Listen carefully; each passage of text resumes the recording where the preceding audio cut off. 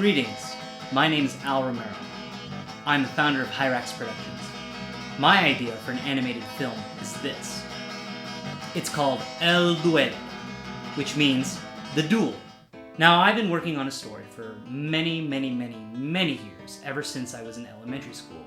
And it started off as a story about a rich businessman who owned a toy company who gets drafted into the Secret Service and does secret missions for the government. Of course, it changed many times and is now a medieval fantasy, which originally was called The Tale. And then years later, I changed the name to The Vagrant Song, which is how it exists online today. Of course, I'm decided recently that I wanted to change the name back from The Vagrant Song to The Tale for various reasons, which have to do with this story that I've been writing for years and years. I have these characters that I created, and they're rich, they're deep, they have a lot of feeling to them, and I want to finally roll them out and get them involved in some stories and some animated films, because they are great characters and I feel like they deserve a chance. El Duelle is really kind of a minor side story in this more epic chain of events that occurs in these characters' lives. So to help me in this little reenactment, I enlisted the help of a local band of musicians that also moonlight as a band of crime-solving crime stoppers. The story is about Ayan, a young squire in the service of the Baron. Ayan is going to be played by this guy. He is a sword fighter, and he believes that he is the best sword fighter around. So he defeats a lot of his friends in little duels, hand-to-hand combat. Fencing, of course, just for practice. Ayan's love interest, Mew, is there. She's playing the guitar, and Ayan has an interest in really impressing Mew. He is really kind of after her. He has a crush on her, and so he wants to win her affection. Ayan believes that he's the best sword fighter, but then along comes his cousin, John, who is a very humble fellow. Now, John is also a sword fighter, but he's not as proud as Ayan is. So when they face off, John firmly routs Ayan. John Cabal, his humble sword-fighting cousin, is going to be played by this guy.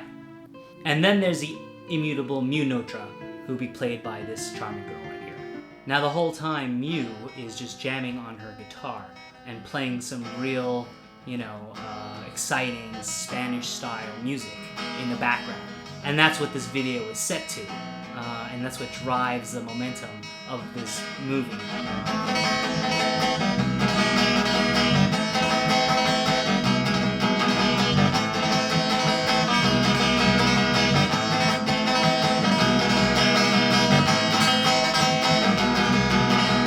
Now, Ayan kind of has a big ego, so he doesn't take this news very well. So he fights John again, and again, and again, each time getting soundly routed by his cousin. He does not take defeat very gracefully. So what he does is he tries to come back, he sneaks up on his cousin in various ways, he hides, he cheats, he finds all kinds of different ways to try and beat John in a fight. But no matter what he does, John defeats him again and again and again. Now, John and Ayan's friends are standing by. Most of them have been beaten by Ayan, and he was not humble about it at all. So they're kind of happy to see John come and basically kick his ass. And at this point, Ayan is just besides himself with rage and is not in control of his emotions. And at this point, he's not even much of an honorable knight. Mew actually kind of disdains swordplay and disdains knighthood and everything that it kind of stands for. It stands for this kind of male, brutish energy, which is all about domination, and, swordsmen are always trying to penetrate something with their swords, and she finds it all very objectionable. Of course, she has no idea that Ayan is fighting tooth and nail for her attention, but she just goes on playing her guitar, and she takes notice every once in a while, looks up, and then just goes right back to playing her guitar, because that's what really interests her the most. So Ayan, unable to accept defeat, finally mans up and just challenges John to an honorable duel. So they find themselves back on the battlefield. Ayan's been practicing. He fights extra hard, and he just, he gives it his all, and he fights in a spectacular battle. A battle more spectacular than any of them that you've seen so far. So Ayan finally has John cornered, and John is just a little worried at this point. He's worried that Ayan might actually beat him. Ayan's learned a few new moves. He's got a few tricks up his sleeves this time. He's been working extra hard just for this moment. And just when the moment comes, Ayan loses again. And that's the end of the film. And I think that, there's a lot of films out there about success and the power triumph of the human spirit. And that's fine. Those films have their place. But, every once in a while, every so often, I think there should be a film that's just about abject failure. And I don't think there's anything wrong with that. Especially in this context, seeing as John and Ayan are still friends afterwards. So, no harm done.